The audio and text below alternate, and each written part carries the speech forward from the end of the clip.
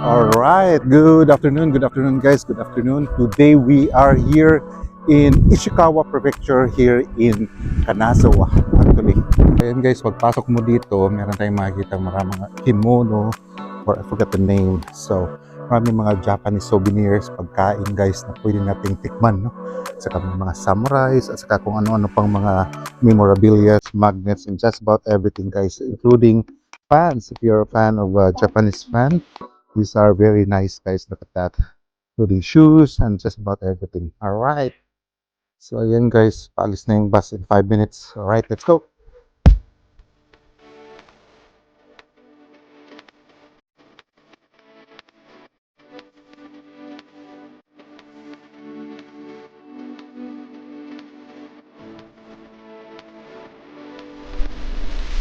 So finally guys, nandito na tayo sa city of Kanazawa which belongs to Ishikawa Prefecture, no?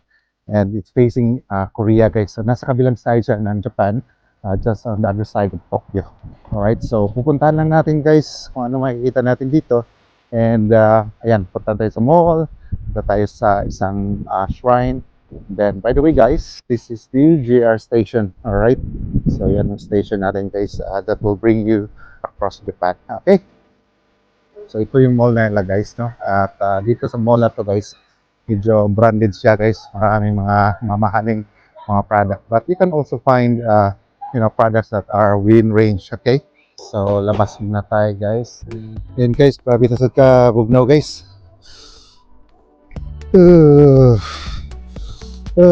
Mas Bugnaw guys siya guys kung kumuhangin. Whew. I used the wrong coat guys. I used the wrong coat. Grabe kabugnaw.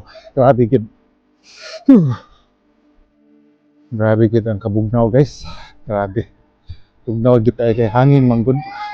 Mo nang sabot kabugnaw. Wind chill factor ang tawag ana guys. Alright.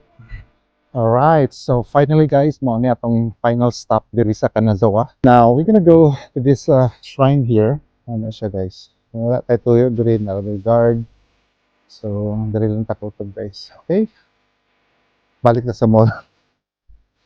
Alright, so finally nakabalik na naman tayo sa Kanazawa Station. Sheltered na tayo guys, kaya hindi na masyadong malamig. Again guys, thank you very much for watching this video and I hope it gives you a glimpse of Kanazawa City.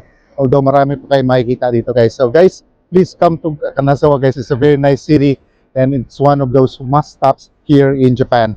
Again guys, arigato for watching and see you next time. Bye bye!